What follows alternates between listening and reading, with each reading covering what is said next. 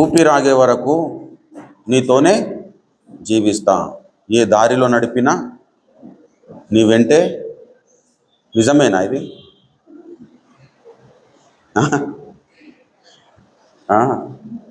ఇప్పుడు దేవుడు నడిపించాలనుకుంటే విశ్వాసులను ఎవరి ద్వారా నడిపిస్తాడు? నాయకుని ద్వారా, సంఘ కాపరి ద్వారా దేవుడు నడిపిస్తాడు. ఇప్పుడు నిజంగా అంటే దేవుడు నడిపిస్తున్నాడంటే సంఘ కాపరి నడిపిస్తున్నట్టుగా మనము నడవడం. సంఘ కాపరి ప్లేస్లో ఎవరున్నారని అర్థము? దేవుడు. ఇప్పుడు సంఘ కాపరి చెప్పినట్లు మనం నడుస్తున్నామా? పుట్టగానే వాడేస్తాం పాట. నువ్వు ఏ దారిలో నడిపి ప్రభువా, నేను ఆ దారిలోనే నడిచేస్తా అని అనేది పచ్చి అబద్ధం. హల్లెలూయా.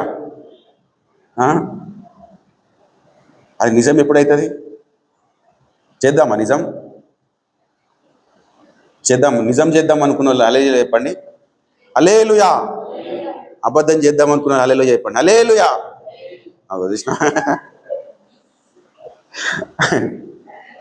దేవునికి స్తోత్రం. అబద్ధం చేయొద్దు.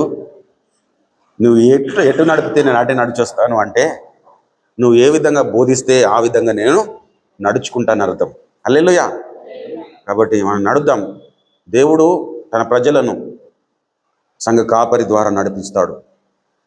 మన యేసయ్య ఎవరికి కాపరి? గొర్రెలకు. ఎటువంటి కాపరి? మంచి కాపరి. కాపరి ఏం చేయాలి?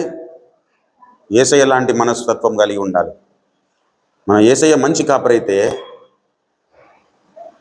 సంఘ కాపరి కూడా మంచి కాపరి అయి ఉండాలి. అయితే విచిత్రం ఏంటంటే, మన యేసయ్య గొర్రెల కాపరి అయితే ఈనాడు కొంతమంది సేవకులు మరి పశువుల కాపరులు అవుతున్నారు. ఎందుకు ఈ మాట చెబుతున్నానంటే, గొర్రెల కాపరి ఎప్పుడైనా ముందు నడుస్తాడు, పశువుల కాపరి ఎప్పుడైనా వెనుక నడుస్తాడు. పశువులను మరి వెనుక ఉండి తరుముతే తప్ప అవి ముందుకెళ్ళవు. గొర్రెలను ముందు నడిస్తే తప్ప అవి ముందుకెళ్ళవు. కాబట్టి నేటి తరములో పశువుల కాపరులు ఉన్నారు, గొర్రెల కాపరులు ఉన్నారు. మనం పశువుల కాపరులను వెంబడిస్తున్నామా, గొర్రెల కాపరులను వెంబడిస్తున్నామా అనేది కూడా సరి చూసుకోవాలి. వెనుకుండి నడిపించేటోడు ఏ రోజు కూడా దేవుని ప్రజలను మరి కొండ శిఖరం మీదకి ఎక్కించలేడు. ముందుండి నడిపించేటోడు ఖచ్చితంగా తన మంద విషయమే దేవుడు నాకు లెక్క అప్పగింపమని అడుగుతాడు. కాబట్టి మందకు మాదిరిగా నేను ఉండాలనుకుంటాడు. హల్లెలూయా. కాబట్టి ఇప్పుడు మనం ఏం చేయాలి? మంద కాపరి ఎవరైతే ఉన్నారో ఆ మంద కాపరికి మనం అన్ని విధాలుగా సహకరించాలి. నడవడంలో అన్ని విధాలుగా, పనులలో, అన్నిట్లో మనము మందకు మాదిరిగా ఎవరైతే ఉంటారో, ఎవరైతే నియమింపబడతారో వారిని ఆదర్శంగా తీసుకొని మనము ముందుకు నడవాల్సిన అవసరం ఉంది పిల్ల. కాబట్టి ఇప్పుడు మనం పాడుకున్నాం, ఊపిరాగే వరకు నీతోనే జీవిస్తాను. కానీ విచిత్రం ఏంటంటే చాలామంది వ్యక్తులను నీతోనే జీవిస్తాని ఎంచుకుంటున్నారు. ఈ కోవ నుండి మనం బయటపడాలి. హల్లెలూయా. తర్వాత ఏ దారిలో నడిపినా నీ వెంటే నడిచొస్తాను అనే దారిలోనికి మనం రావాలి. నువ్వు ఏ దారిలో నడిపించదలుచుకుంటున్నావో ఆ దారిలో తప్పకుండా నేను నడుస్తాను అంటే, మరి అక్కడ ఒక క్లాస్ మనం ఏర్పాటు చేసుకుంటాం. ఏంటంటే, నాకు సంతోషం ఉన్నంత వరకు నేను నిన్ను అనుసరిస్తాను, నాకు దుఃఖం కలిగినప్పుడు, ఆయాసం కలిగినప్పుడు మాత్రం నేను అనుసరించాను అనే పరిస్థితి నుండి మనం విడిపింపబడాలి. హల్లెలూయా. భక్తులందరూ కన్నీళ్లతోనే దేవునితో నడిచారు, కన్నీళ్ళ అనుభవంతో. ఇది జ్ఞాపకం చేసుకునాలి. దేవునితో నడిచిన ప్రతి భక్తుడు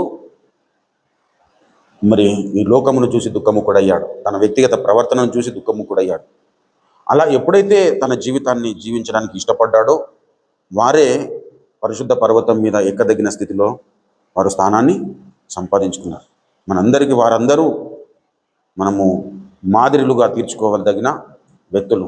మోషే ఏ రోజు అనుకోలేదు ఐగుప్తు ఫరో తర్వాత ఇంకా నేనే ఫరోను అని ఎప్పుడు కూడా ఫీల్ కాలేడు. ఐగుప్తు ధనము కంటే క్రీస్తు ప్రజలతో శ్రమ అనుభవించటం మేలని యోచించి మరి ఫరో కుమార్తె యొక్క కుమారుడు అనిపించుకున్నటకు అంగీకరించలేదు, ఒప్పుకోలేదు. ప్రభునందు అదే ఆఫర్ మనకు వస్తే రాజు అవుతావా శ్రమల్లో ఉంటావంటే మరి ఏమంటావు, మరి ఖర్చులు అయితే చాలా ఉన్నాయి అని ఆలోచన చేస్తాం. ప్రభునందు ప్రియుల, నీవు ఎంత అయితే ఈ లోకంలో శ్రమ పడుతుంటావో అంత గొప్ప ధన్యతను దేవుడు నీకు పరలోకంలో ఇస్తాడు. హల్లెలూయా. కృంగిన వారిని ఆయన లేవనెత్తువాడు, పడిన వారిని నిలబెట్టేవాడు మన యేసయ్య. హల్లెలూయా. కాబట్టి కృంగిపోతున్నాం మనం ధన్యులం ప్రియులరా. దుఃఖపడు వారు ధన్యులు, వారు ఓదార్చబడుదురు. హల్లెలూయా. కాబట్టి ఈనాటి దుఃఖము రేపటి దినాన మనకు ఆనందంను కలగజేస్తుంది. అందుకే రోమాపత్రిక 8:18 ఏం చెప్తారంటే, మన ఎదుట ప్రత్యక్షము కాబోయే మహిమ ఎదుట ఇప్పటి కాలపు శ్రమలు ఎన్నదగినవి కావు. కాబట్టి శ్రమలను చూడొద్దు, దేవుని యొక్క వ్యక్తిత్వమును చూడాలి, దేవుని మహిమను చూడాలి, పరలోకమును చూడాలి, దేవునితో కలిసి ఉండబోయే జీవితాన్ని మీద దృష్టి పెట్టాలి. హల్లెలూయా. అలా మనం సాగినప్పుడు తప్పకుండా మన జీవితంలో యేసయ్యను అనుసరించి నడుచుకోగలుగుతాం. హల్లెలూయా. ఇప్పుడు చాలా పాటలు పాడుతున్నాం, ఈ ఒక్క పాటనే కాదు. నీతో నేను ఉండాలని, నీతో ఏకం అవ్వాలని నా ఆశయాన్ని మనం పాట పాడతాం. ఎంతవరకు చేస్తాం? నీ రూపునే కోరుకోవాలని మనం పాట పాడతాం, కానీ అంతా మనము అక్కడ నిలిచి ఉండి పాడలేము. కానీ ఆ కోరిక ఉండాలి, నేను ఆ స్థితిలో నేను బ్రతకాలన్న ఆశ మనలో ఉండాలి. హల్లెలూయా. ఏ పాట పాడినా ఆ పాట మన మైండ్లో కార్యం చేస్తూ ఉండాలి, మన హృదయంలో కార్యం చేస్తున్నారు, మన శరీరంలో కార్యం చేస్తుంది. శరీరాత్మ ప్రాణములో ఆ పాటను పాడే స్థితికి మనము రప్పించాలి. హల్లెలూయా. శరీరం లోపడది, మనస్ఫూర్తిగా మనం పాట పాడతాం, కానీ శరీరం మేము వేరే రకంగా పాట పాడడానికి అవకాశం ఇవ్వలేని స్థితిలో ఉంటుంది. కాబట్టి ఇప్పుడు మనం ఏం చేయాలి? శరీరాన్ని ట్యూన్ చేస్తూ ఉండాలి. నా శరీరం ఆయన ఎటు నడిపిస్తే నువ్వు అటు నడువు. దావీదు ఇప్పుడు కీర్తనకారుడు చేశాడు కదా ప్రార్థన, నా ప్రాణమా నీవేళ కృంగి ఉన్నావు, నాలో నీవేళ తొందరపడుచున్నావు, దేవుని యందు నిరీక్షణ ఉంచు, ఆయనే నా రక్షణకర్త, నా దేవుడు అని కృంగి ఉన్న తన ప్రాణమును మరి లేపుతా ఉన్నాడు. నా ప్రాణమా నువ్వు కృంగిపోకు అని సెల్ఫ్గా తన్ను తాను ఎడ్యుకేట్ చేసుకున్నాడు. మనం కూడా సెల్ఫ్గా ఎడ్యుకేట్ చేసుకున్నాను. మన ప్రాణంతో మనం మాట్లాడుకోవాలి, మన శరీరంతో మనం మాట్లాడుకోవాలి. అలా మాట్లాడుకున్నప్పుడు మనం తప్పకుండా పాడుతున్న ప్రతి పాటను మనం ధరించగలుగుతాం. హల్లెలూయా. ధరించి పాడితే ఇంకా హైలైట్ ఉంటుంది. హల్లెలూయా. దేవునికి స్తోత్రం. మంచిది ప్రియులారా. మరి ఒక చిన్న మాట, నిర్గమకాండము 34వ అధ్యాయము.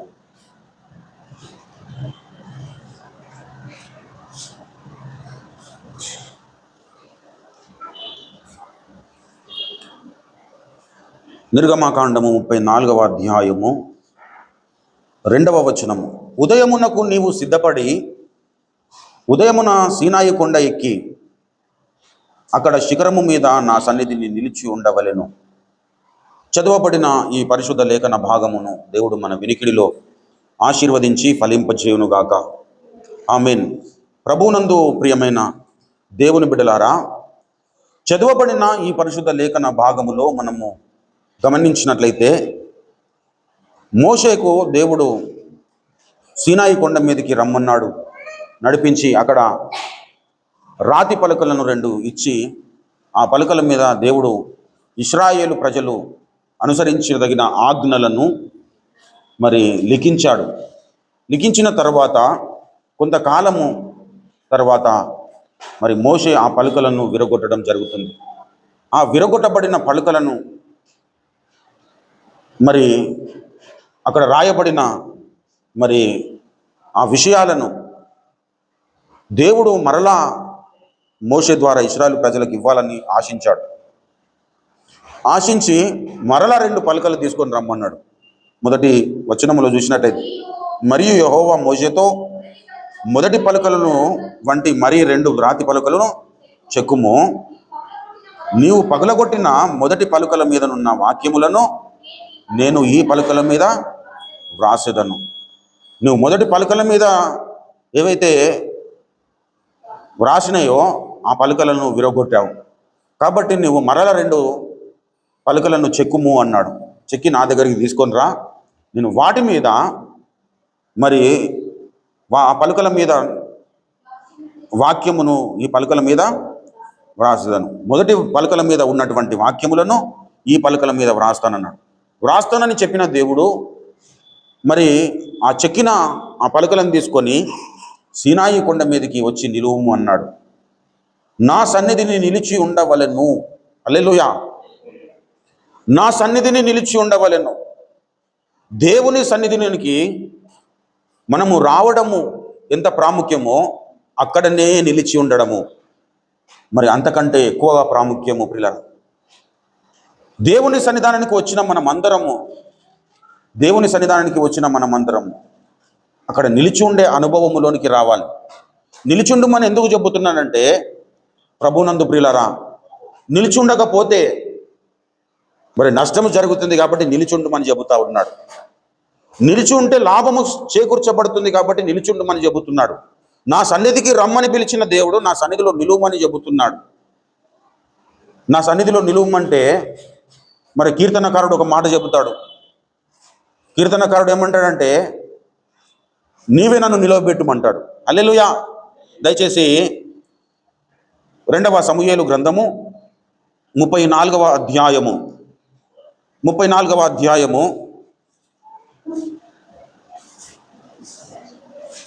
2వ సమూయేలు 22వ అధ్యాయం 34వ వచనంలో చూసినట్లయితే, ఆయన నా కాళ్ళు జింక కాళ్ళ వలె చేయును, ఎత్తైన స్థలముల మీద నన్ను నిలుపును. హల్లెలూయా.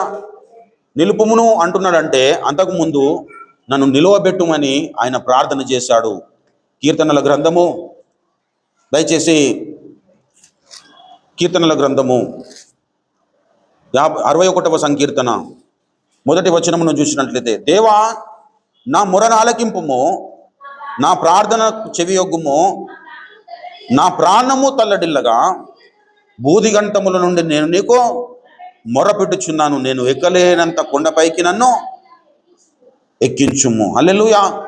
ఎక్కలేనంత కొండ మీదికి నన్ను ఎక్కించుమని దావీదు భక్తుడు ఇక్కడ ప్రార్థన చేస్తూ ఉన్నాడు.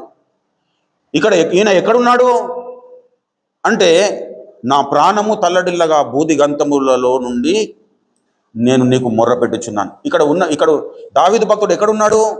బూదిగంతములో ఉన్నాడు. ఎక్కడ నిలవబెట్టమంటున్నాడు? ఎక్కలేనంత కొండ మీదకి నన్ను ఎక్కించమంటున్నాడు. ఎక్కించమన్నప్పుడు దావీదు భక్తుడిని దేవుడు అలా నిలబెట్టాడు. చూసినట్లయితే 2వ సమూయేలు 22:34లో, ఆయన నా కాళ్ళను జింక కాళ్ళ వలె చేయును, ఎత్తైన స్థలముల మీద నన్ను నిలుపును అంటున్నాడు. నా దేవుడు నన్ను ఎత్తైన స్థలముల మీద నిలబెడతాడు. 18వ సంకీర్తనలో కూడా మనము ఈ మాటనే మనం చూస్తాం. కీర్తనల గ్రంథము 18వ సంకీర్తన దయచేసి, నా కాళ్ళను లేడి కాళ్ళ వలె చేయుచున్నాడు, ఎత్తైన స్థలముల మీద నన్ను నిలువబెట్టుచున్నాడు అంటాడు. 33వ వచనము చూడండి, ఆయన నా కాళ్ళను జింక కాళ్ళ వలె చేయుచున్నాడు, ఎత్తైన స్థలముల మీద నన్ను నిలుపుచున్నాడు. అక్కడ మోషేకి ఏమన్నాడు? నా సన్నిధికి వచ్చి నీవు నిలుము అన్నాడు. నా సన్నిధిని వచ్చి నిలవబడుము అంటున్నాడు. ఇక్కడనేమో దావీదు భక్తుడు ఎత్తైన స్థలములలో నన్ను నిలవబెట్టివాడు ఆయనే అంటున్నాడు. హల్లెలూయా. దేవుని సన్నిధానములో మనము నిలబడాలంటే దేవుని సహాయము మనకు అవసరము ప్రియులారా. దేవుని సహాయమును మనము ఎప్పుడైతే పొందుకుంటామో అప్పుడు మనము ఎక్కలేనంత కొండ మీదికి మనము ఎక్కగలుగుతాము. దేవుడే మనల్ని ఎక్కిస్తాడు. మనందరికీ సార్వత్రిక క్రీస్తు సంఘానికి చిరపరిచితమైన పాట యెహోవా నా బలమా, యథార్థమైనది నీ మార్గం, పరిపూర్ణమైనది నీ మార్గం. యెహోవా నా కాళ్ళను లేడి కాళ్ళుగా చేసి, ఎత్తైన స్థలములో శక్తితో నిలిపి, నా కాళ్ళను లేడి కాళ్ళుగా చేసి, ఎత్తైన స్థలములో శక్తితో నిలిపి, రక్షణ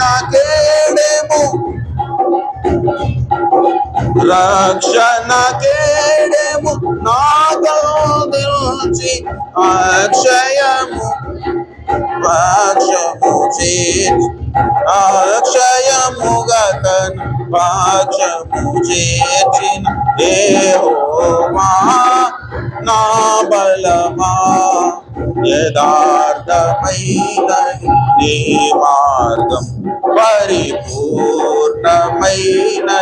నీ మార్గం. యెహోవా. హల్లెలూయా. నా కాళ్ళను లేడి కాళ్ళుగా చేసి, ఎత్తైన స్థలములలో నన్ను శక్తితో నిలిపి. దేవుని శక్తి చేత ఆయన మనల్ని ఎత్తైన స్థితిలో నిలబెడతాడు. 15వ కీర్తనలో మనం చూస్తాం, యెహోవా నీ గుడారములో అతిథిగా ఉండదగిన వాడెవడు, నీ పరిశుద్ధ పర్వతం మీదికి ఎక్కదగిన వాడు ఎవడు అనగా, యథార్థమైన ప్రవర్తన కలిగి నీతిని అనుసరించుచు హృదయపూర్వకముగా నిజము పలుకువాడే అన్నాడు. యథార్థమైన ప్రవర్తన, యథార్థతకు ఆపోజిట్ ఆంటనం ఏది? వేషధారణ. వేషధారణ లేకుండా, అంటే యథార్థమైన ప్రవర్తన, యథార్థమైన ప్రవర్తన కలిగి నీతిని అనుసరించుచు హృదయపూర్వకముగా నిజము పలుకువాడు. అంటే యథార్థమైన ప్రవర్తన లేకుండే మనం ఎక్కలేనంత కొండ మీదకి మనము ఎక్కలేము. యథార్థమైన ప్రవర్తన ఉండాలి పిల్లలు.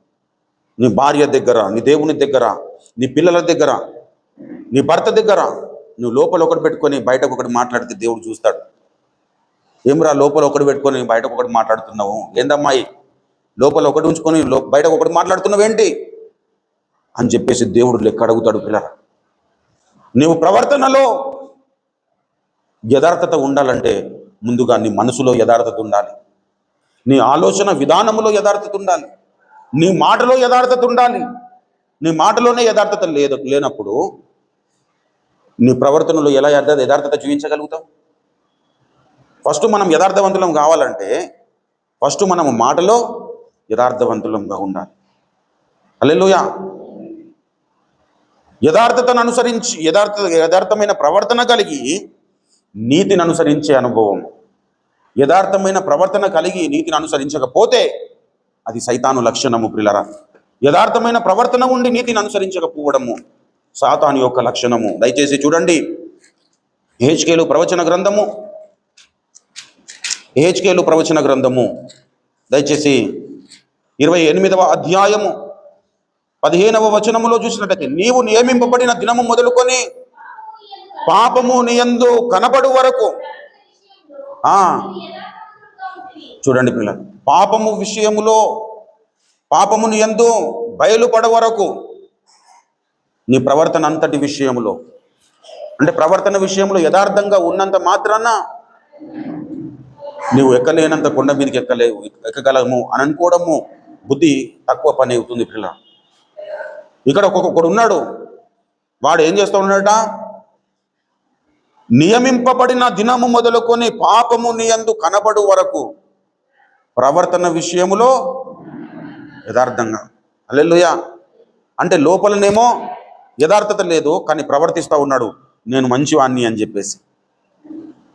ప్రభునందు ప్రియులారా, నీవు నీ యథార్థతను దేవుడు యాక్సెప్ట్ చేయాలి అంటే యథార్థమైన ప్రవర్తనతో పాటు నీతిని అనుసరించాలి. హల్లెలూయా. యథార్థమైన ప్రవర్తనతో పాటు నీతి అయి ఉన్న యేసును అనుసరించాలి. నీతిని అనుసరించడం అంటే నీతిమంతుడైన యేసునాథుని అనుసరించడము. హల్లెలూయా. ఎప్పుడైతే నువ్వు నీతిని అనుసరిస్తావో అప్పుడు నీ జీవితము కొండ మీదకి ఎక్కే అనుభవములో ఉన్నదని నువ్వు జ్ఞాపకం చేసుకోవాలి. నువ్వు యథార్థమైన ప్రవర్తనను ప్రవర్తిస్తూ, కొంతమంది చాలా ఎంత అంటే పరిశుద్ధంగా ఉన్నట్లుగా, నిర్దోషులుగా ఉన్నట్లుగా, నిష్కలంకులుగా ఉన్నట్లుగా అందరి దృష్టి కనబడుతూ ఉంటారు. కానీ లోపల మాత్రము భయంకరమైన పాపాలని పెంచి పోషిస్తూ ఉంటారు. ఉదాహరణ మనం తీసుకున్నట్లయితే ఇస్కరియోతు యూదా యేసయ్యను వెంబడించాడా? అపోస్తులలో ఒకడిగా ఎంచబడ్డా? యేసయ్య ఎక్కడికి పోతే అక్కడికి వెళ్ళాడా లేదా?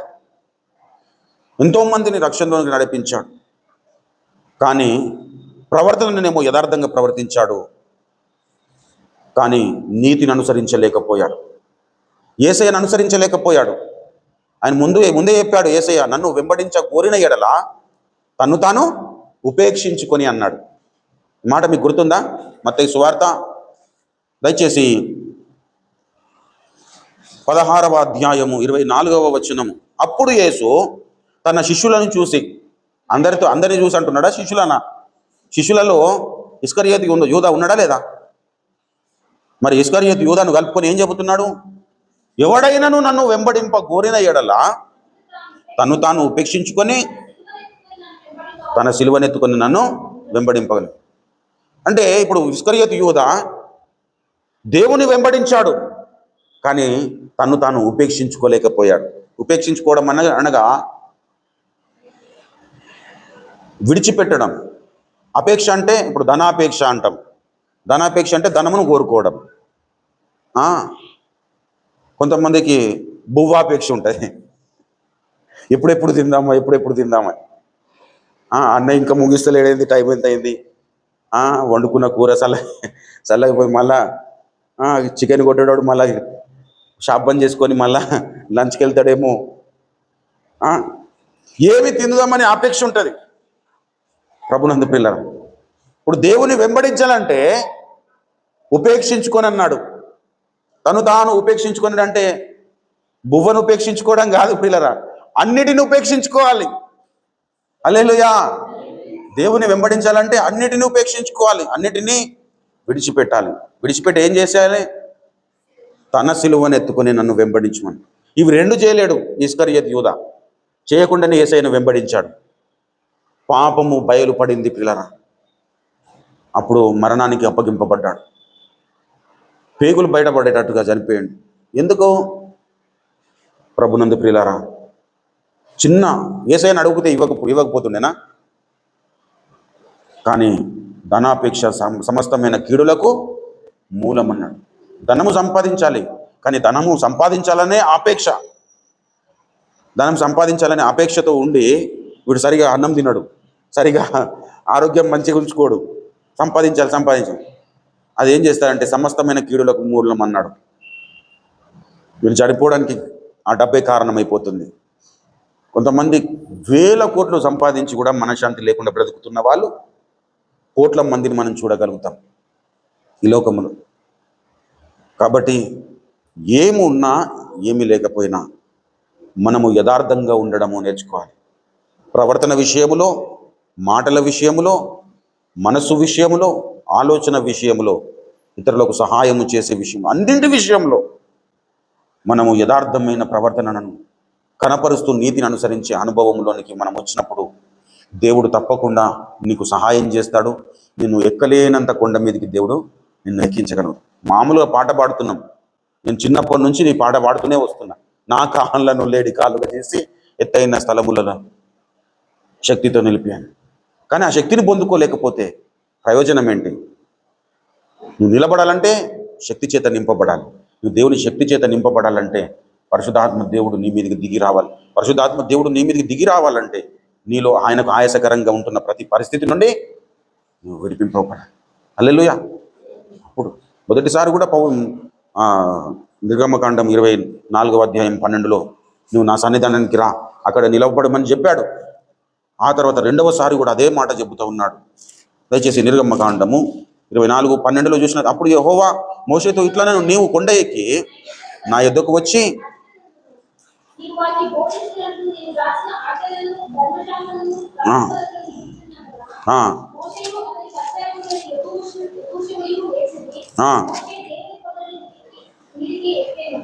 చూడండి పిల్లలు, మోషే దేవుని సన్నిధానానికి ఎక్కినాడు. అప్పుడు అక్కడ నిలిచున్న కారణాన్ని బట్టి 34లోనికి రండి. 34:28 నుంచి చూసినట్లయితే అతడు 40 రేయింబవళ్ళు యెహోవాతో కూడా 40 యెహోవాతో కూడా అక్కడ నుండెను. ఉమ్,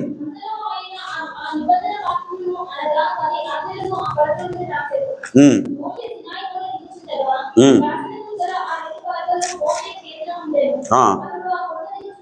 అతడు ఆ కొండ దిగుచుండగా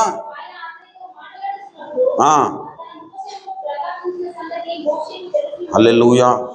దేవుని సన్నిధానంలో మనం ఎప్పుడైతే నిలబడతామో అప్పుడు మన ముఖ ప్రకాశము చేంజ్ అయిపోతుంది పిల్లలు, చేంజ్ అయిపోతుంది.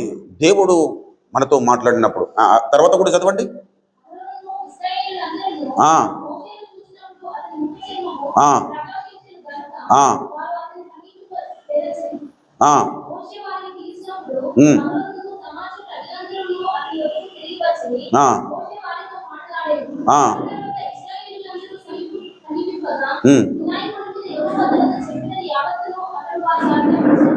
చూడండి పిల్ల, వారికి ఆజ్ఞాపించాడు. వారి ముఖమును చూడలేకపోయారట ప్రభునందు పిల్ల. ఆ ముఖ ప్రకాశము మనలోనికి రావాలంటే మనము దేవుని సన్నిధానంలో మనము నిలుచుండడము నేర్చుకోవాలి. దేవుని సన్నిధానంలో నిలుచుండాలంటే మనము దేవుని చేతనే మనము ప్రేరేపితులము కావాలి. దేవుని చేతనే మనము నిలవబెట్టబడగలగాలి. అక్కడ నిలబెట్టబడాలి అంటే మనలో ఉంటున్న దేవునికి ఆయాసకరమైన ప్రతి పరిస్థితిని విడిచి ఎప్పుడైతే మనము ఆ కొండ మీదకి ఎక్కగలిగే అనుభవంలోనికి వెళ్తామో అప్పుడు దేవుని యొక్క ముఖ ప్రకాశము మనలో నుంచి ప్రతిబింబిస్తుంది పిల్లలు. హల్లెలూయా. దయచేసి మరి స్టెఫెను జీవితంలో అదే సాక్ష్యం మనం చూస్తాం. అపోస్తుల కార్యం 6వ అధ్యాయము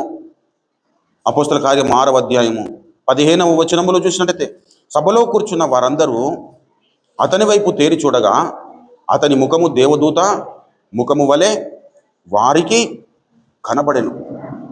దేవదూత ముఖము వలె మరి వారికి కనబడిందట. ఎవరి ముఖము? స్టెఫెను ముఖము వారికి దేవదూతల ముఖము వలె కనబడింది. ప్రభునందు ప్రియులారా, అలా మనము కూడా దేవదూతల ముఖము వలె మన ముఖము ప్రకాశించాలంటే దేవుని సన్నిధానానికి వెళ్ళాలి. మన యేసయ్య కూడా జనులందరినీ వీడుకొల్పి ఏకాంతముగా దేవుని సన్నిధానానికి వెళ్ళాడు.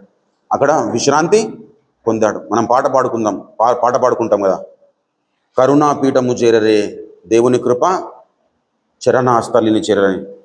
ఆ పాటలో అంటాడు, దినమంతా పని చేయుచు దేవనాథుడు యేసు జనుల బాధల మోయుచు. దినమంతా పని చేయుచు నాథుడు యేసు జనుల బాధల మోయుచు. ఇనుడు మరుగవు వేళ జనకుని కడగేగి. ఇనుడు మరుగవు వేళ జనకుని కడగేగి. మనసారా విశ్రాంతి అనుభవించిన స్థలము కరుణాపీఠము చేరరే దేవుని కృప చరణాస్థలిని చేరరే. కరుణాపీఠము చేరరే దేవుని కృప చరణాస్థలిని చేరరే. హల్లెలూయా. ప్రభునందు ప్రియమైన దేవుని బిడ్డలారా, మన జీవితములో మనము కొండ ఎక్కే అనుభవంలోనికి మనము వెళ్ళాలి. మన ప్రారంభం ఎక్కడ? బూదిగంతముల నుండి దావీదు మొరపెట్టాడు, అదే మన ప్రారంభము. కానీ దావీదు భక్తుని ఒక కోరిక ఎక్కడున్నది? ఎక్కలేనంత కొండ మీదకి నన్ను ఎక్కించు. హల్లెలూయా. మనము బూదిగంతముల నుండి మొరపెడతా ఉన్నాం. మన కోరిక ఏ విధంగా ఉండాలి? దావీదు వలె నా కాళ్ళను జింక కాళ్ళ వలె చేయండి, ఎత్తైన స్థలముల మీద నన్ను నిలవబెట్టండి అనే అనుభవములోనికి మనం రావాలంటే దాని కొరకు మనము ప్రయాసపడాలి. కొండ మీదకి ఎక్కాలంటే కొండ మీదకి ఎక్కుతున్న వ్యక్తి భూమాకర్షణకు వ్యతిరేకంగా పైకెక్కుతాడు. అవునా? భూమి ఏం చేస్తుంది? మనల్ని లాగుతుంది. పైకెక్కుతున్న వ్యక్తిని భూమి ఏం చేస్తుంది? లాగుతుంది. అయితే దేవుని కొండ, దేవుని సన్నిధానానికి ఎక్కాలన్న వ్యక్తికి లోకాకర్షణకు వ్యతిరేకంగా మనం ఎక్కాలి. హల్లెలూయా.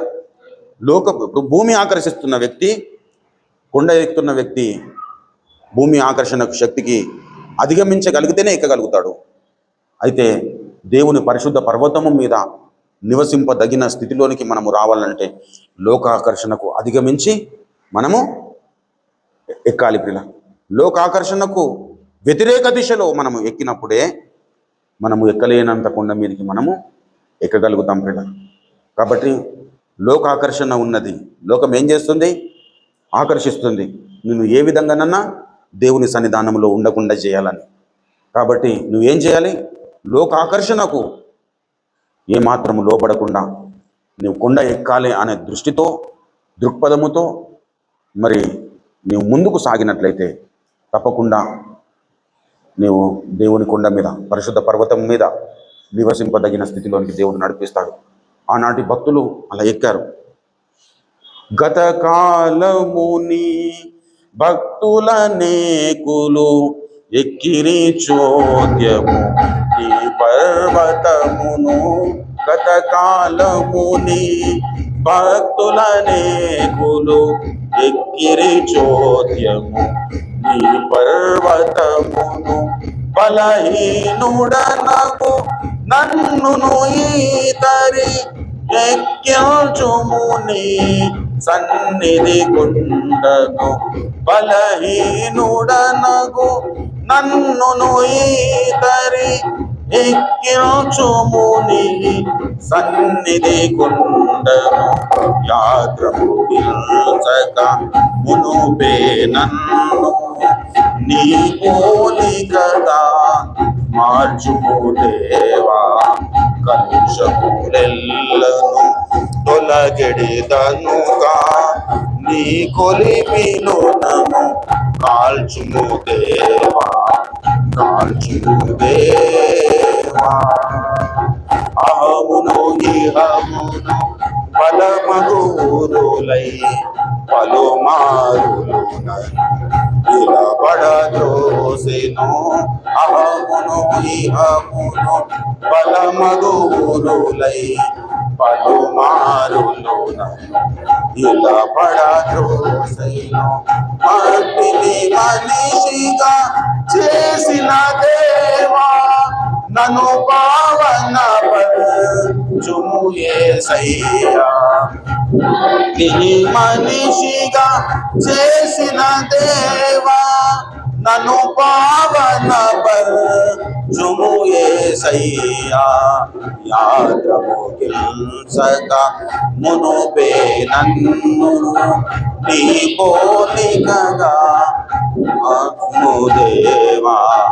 కలుషములెల్లను తొలగిడిదనుగా నీ కొలిమిలో నన్ను కాల్చుము దేవా, కాల్చుము దేవా. ప్రభునందు ప్రియమైన దేవుని బిడ్డలారా, యాత్ర ముగియక ముందే మనము దేవుని పోలికగా మార్చబడాలి. కలుషములెల్లను తొలగేదాకా దేవుని యొక్క రక్తములో, దేవుని యొక్క అగ్నిలో మనము కాల్చబడాలి. అక్కడ చెబుతున్నాడు భక్తుడు.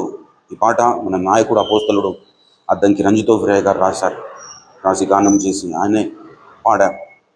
ప్రభునందు పిల్లలు, ఆ పాటలో అహమును ఇహమును బలమగు ఊరిలై పలుమారులు నన్ను ఇలా పడద్రోసెను.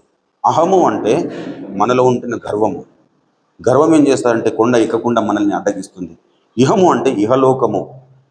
లోక ఆకర్షణ ఏం చేస్తుందంటే కొండ ఎక్కకుండా మనల్ని అడ్డగిస్తుంది. కాబట్టి అహమును ఇహమును బలమగు ఉరులు అంటే బలమైన ఊరులు అన్నట్టు. అవి ఏం చేశాయి? పలుమారులు నన్ను ఇలా పడద్రోసెను అంటే ఎక్కాలని ప్రయత్నం చేస్తూ ఉన్నాడు. కొంత ఎక్కగానే ఈ అహము ఇహము రెండు కలిసి ఎక్కిన చోట నుండి కిందికి పడద్రోస్తూ ఉన్నాయి. ఎంత డెప్త్గా ఎక్కడనో కొండ మీద ఉంది ఆ పాట రాశాడు పిల్ల. తర్వాత ఇంకొక చరణంలో ఏమంటాడు? గతకాలపు నీ భక్తులు అనేకులు ఎక్కిరి చోద్యము. వాళ్ళు ఎక్కారు తప్పకుండా. ఎక్కిరి చోద్యము నీ పర్వతమును, బలహీనుడను నేను, నన్నును నీ తరి ఎక్కించుము. నీ అంటే సన్నిధి కొండను, దేవుని సన్నిధి మహిమాధననిధి. దేవుని సన్నిధి ఏంటి? మహిమాధననిధి. కాబట్టి దేవుని సన్నిధానానికి మనం ఎక్కడానికి అహర్నిశలు మనం ప్రయాసపడాలి. హల్లెలూయా. ప్రభు యొక్క రాకడ సమీపంగా ఉన్నది ప్రియులారా. కాబట్టి దేవుని సన్నిధానంలో బలహీనులమే మనం, కానీ నీ సన్నిధానానికి నన్ను ఎక్కించుమనే ప్రార్థన మన నిండు గుండెలలో తప్పకుండా ఉండాల్సిన అవసరం ఉంది ప్రియులారా. హల్లెలూయా. మన హృదయములో ఈ ఆశ ఉండాలి. ఆశ కలిగిన ప్రాణంలో దేవుడు ఏం చేస్తాడు? తృప్తిపరుస్తాడు. నీ నీ కొండని నేను ఎక్కాలి, నీ పరిశుద్ధ పర్వతం మీద నివసింపదగిన స్థితిని నేను పొందుకోవాలి అంటే యథార్థమైన ప్రవర్తన కలిగి నీతిని అనుసరించు హృదయపూర్వకంగా నిజము పలుకువాడు అన్నాడు. అట్టివాడు తన చెలికానికి కీడు చేయడు. ఆ మాటలు చదవండి. 15వ సంకీర్తన ఆ మాటలు 15వ సంకీర్తన 3వ చరణం నుంచి చదవండి. అటివాడు నాలుకతో కొండములాడడు. జాగ్రత్త గమనించండి ప్రియులారా. దేవుని పరిశుద్ధ పర్వతం మీదకి ఎక్కే స్థితిలో కోరుకుంటున్న వ్యక్తులు నాలుకలతో కొండెముల అంటే ఇక్కడి విషయాలు అక్కడ, అక్కడి విషయాలు ఇక్కడ, ఇక్కడ విషయాలు అక్కడ చెప్పి, అక్కడ విషయాలు ఇక్కడ చెప్పి ఎవరైతే కొట్టాటలు పెడతారో వాడు పరిశుద్ధ పర్వతం మీదకి ఎక్కదగిన స్థితిలో ఉండడు. తన నాలుకతో కొండెములాడడు. తన చెలికానికి అంటే తన చెలికాడు అంటే స్నేహితుడు, స్నేహితునికి కీడు చేయడు. తర్వాత తన పొరుగువాని మీద నింద మోపడు. తన పొరుగువాని మీద నింద మోపడు. ఇంకా అతడి దృష్టికి నీచుడు, అసహ్యుడు,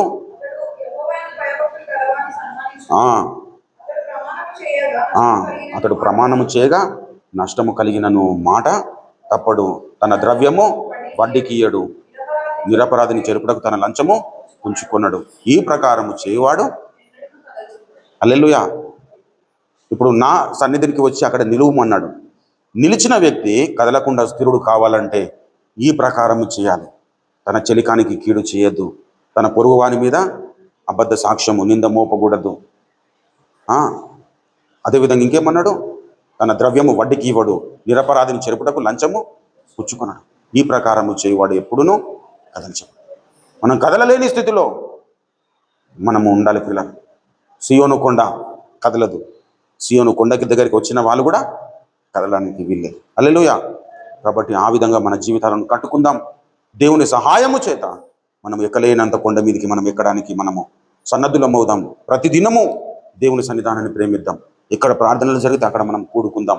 సమయమును వెచ్చిద్దాం. సమయమును మనము సద్వినియోగం చేసుకుందాం. ఈ లోకములో మనము అందరము ఏదో ఒక పనులు చేసుకుంటున్నాం, కానీ ఆ పనులు చేసుకుంటున్న క్రమంలోనే దేవుని సన్నిధానానికి ఏ విధంగా మనము చేరుకోవాలి, దాని కొరకై మనం ఒక ప్రణాళిక నిర్మాణం చేసుకొని దేవుని సన్నిధానానికి మనము అటెండ్ అవ్వడానికి మనకుంటున్న పనులను సక్రమంగా నిర్వర్తించుకొని త్వరగా దేవుని సన్నిధానానికి నిత్యము ఎప్పుడైతే మనం చేరుతామో అప్పుడు దేవుడు మనల్ని నిలబెడతాడు. మనము నిలిచి ఉండాలనే ఆశ మనలో మొట్టమొదటిగా దేవుడు చూస్తాడు. చూడాలంటే మనలో ఉండాలి. నిలిచి ఉండాలనే ఆశ ఉండాలి. ఎక్కాలన్న ఆశ, నిలిచి ఉండాలన్న ఆశ ఎప్పుడైతే మనలో ఉంటాయో దేవుడు తప్పకుండా మనల్ని స్థిరపరుస్తాడు. హల్లెలూయా. దేవుడు అటువంటి కృప మనందరికీ అనుగ్రహించి నడిపించును గాక. రండి ప్రియులారా, మనం ప్రార్థన చేసుకుందాం. హల్లెలూయా, హల్లెలూయా, హల్లెలూయా, హల్లెలూయా, హల్లెలూయా, హల్లెలూయా. ఒక తీర్మానం చేసుకుందాం ప్రియులారా. మన ప్రారంభము బూదిగంతముల నుండి మనము తీయబడిన వారం. బూదిగంతములు సముద్ర జలములు మన ప్రారంభము. సముద్రం అనగా అన్య జనాంగము, లోకము. దీంట్లో నుండి మనము తీయబడ్డాం. తీయబడిన మనము మన గురి ఎక్కడ ఉండాలంటే ఎక్కలేనంత కొండ మీదికి. దావీదు భక్తుడు ఆ కొండ మీదికి నన్ను ఎక్కించుమని ప్రార్థన చేశాడు. ఆ కొండ మీదికి మనం ఎక్కాలంటే లోకాకర్షణకు వ్యతిరేకముగా మనము ప్రయాణం చేయాలి. అహము ఇహము మన మీద ప్రభుత్వము చేయకుండాట్లుగా మనం జాగరూకత వహించాలి. నువ్వు గర్విష్ఠురాలివైతే నువ్వు ఏ రోజు కూడా దేవుని సన్నిధానానికి ఎక్కలేవు. నువ్వు ఇహమును లోకమును ప్రేమించే వ్యక్తివైతే నువ్వు ఏ రోజు దేవుని మందిరంలో పరిశుద్ధ పర్వతం మీదకి ఎక్కదగిన స్థితిని స్టేటస్ను సంపాదించుకోలేవు. కాబట్టి అహమును ఇహమును సిలువ వేసేసి మనల్ని మనం ఉపేక్షించుకొని మన స్వబుద్ధిని ఏమాత్రము ఆధారం చేసుకునక దేవుని నీతిని అనుసరిస్తూ కొండ ఎక్కే వ్యక్తుల గుంపులో మనం ఉండడానికి ప్రభువా నాకు సహాయం చేయమని అందరము ప్రార్థన చేద్దాం. అందరము అలాగూ ప్రార్థన చేస్తుంటుండగా మన మధ్యలో సహోదరుడు ప్రేమ్ సాగర్ తమ్ముడు మరి విత్తబడిన వాక్యము మనందరిలో నీరు కట్టి ఫలించినట్లుగా ప్రార్థన చేస్తారు. మనం ఏకీభవిద్దాం. మన తండ్రి అయిన దేవాది దేవుని శాశ్వత ప్రేమను సర్వ జగద్రక్షకుడు మన ప్రాణనాథుడు ప్రాణ విమోచకుడైన యేసునాథుని అనంత కృపలు పరిశుద్ధాత్మ దేవుని దివ్యతోడి మనోహర సహవాసము సన్నిధి ఇప్పుడు ఎల్లప్పుడు మనకును మనకు లేని పరిశుద్ధులకు సదాకాలం తోడై ఉండి ఎక్కడ కొండ మీదకి ఎక్కించి అక్కడ మనల్ని స్థిరపరిచి నడిపించి మహిమనందును కాక ఆమేన్. యేసు రక్తమునకి జయం, ప్రవేశ రక్తమునకే జయం, ప్రవేశనామం సంపూర్ణ విజయం కలుగును కాక. అపవాదికి వాని క్రియలకు అనంత నాశనము కలుగును కాక. ఆమేన్. కష్ట నష్టములనున్నా పొంగు సాగరమెదురైనా కష్ట నష్టములనున్నా పొంగు సాగరమెదురైనా ఆయనే మన ఆశ్రయం ఇరుకును ఈ బంధులను ఆయనే మన ఆశ్రయం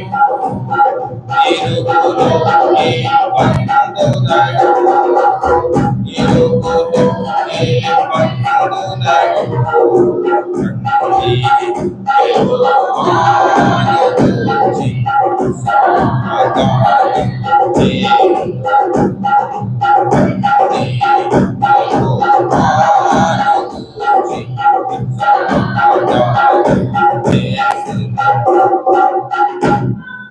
హల్లెలూయా. అందరికీ వందనాలు. దైవాశీస్సులు. God bless you.